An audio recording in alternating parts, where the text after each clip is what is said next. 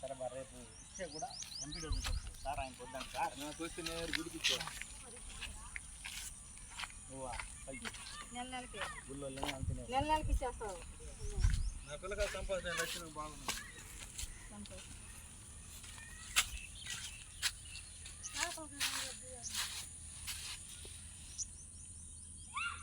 తిరుపతి జిల్లా నగరి నియోజకవర్గం వడమాలపేట మండలం వడమాల మాదిగపల్లికి సంబంధించిన దారి సమస్య దాదాపు 20 సంవత్సరములుగా ఈ దారిలో నడుస్తున్నారు. మాదిగ ప్రజలు దాదాపు 60 కుటుంబాలు ఇక్కడ జీవిస్తున్నది.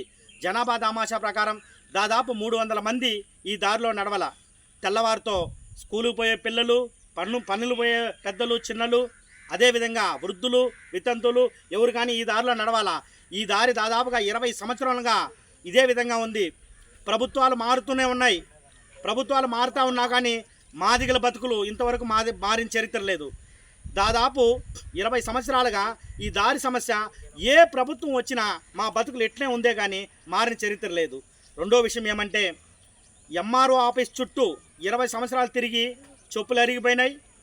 ఆ రోజులో ఉన్న తిరిగినటువంటి పెద్దోళ్ళు ఈరోజు చనిపోయారు 20 ఏళ్ళుగా.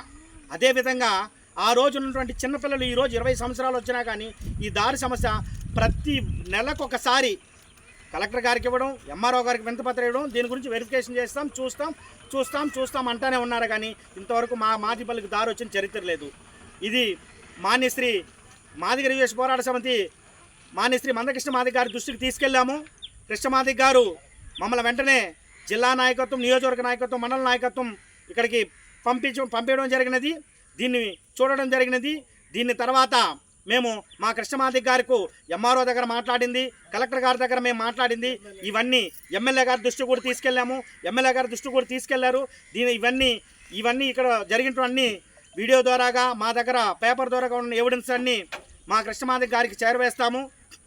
మాకు తొందరలో కానీ ఈ దారి సమస్య కలెక్టర్ గారు చొరవ తీసుకొని, ఆర్డీఓ గారు చొరవ తీసుకొని, మండల ఎంఆర్ఓ గారు చొరవ తీసుకొని మాకు వెంటనే పరిష్కారం చేయకపోతే చలో ఎంఆర్ఓ వడమాలపేట ఎంఆర్ఓ ఆఫీసు ముట్టడి, చలో ఎంఆర్ఓ ఆఫీసు ముట్టడి ప్రకటిస్తామని యావత్ ఇక్కడ నియోజకవర్గంలో ఉంటే 103 మాదిగపల్లికు మేము పిలుపునిస్తాము.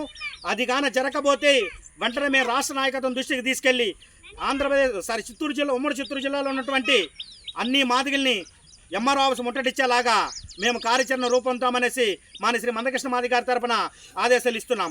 ఒకటి. రెండో విషయం ఏమనంటే కలెక్టర్ గారు సార్ దయచేసి మీకు దండం పెడతాం, కలెక్టర్ గారు దయచేసి దండం పెడతాం. ఎన్నో జీవోలు వచ్చినాయి, ఎన్నో జీవోలు పోతున్నాయి. ఎస్సీ మాదిగపల్లులకు, ఎస్సీ మాదిగపల్లులకు, మాలపల్లులకు, యానాది సెంటర్లకి మాకు దారి ఇవ్వమనేసి సీఎం గారు చెప్పారు. మా ఊర్లకు దారి లేకపోయినా దారులకు అవకాశం ఇవ్వాలా, మా పిల్లలు చదువుకునే బళ్ళకు దారి లేకపోయినా దానికి దారి ఇవ్వాలా, మాకున్న శ్మశాన వాటికి ఏర్పరిచి మా శ్మశాన వాటికి దారులు ఇవ్వాలా, తాగునీటి సమస్య తీర్చమని చెప్పి ప్రధానమంత్రి దగ్గర నుంచి ఆంధ్రప్రదేశ్ ముఖ్యమంత్రి చంద్రబాబు నాయుడు వరకు సీసీ రోడ్డు దగ్గర నుంచి మాకు అన్నీ వేయించాలనేసి ప్రధానమంత్రి దగ్గర నుంచి చంద్రబాబు నాయుడు వరకు, ముఖ్యమంత్రి చంద్రబాబు నాయుడు వరకు ఆదేశాలు ఇస్తూనే ఉన్నారు.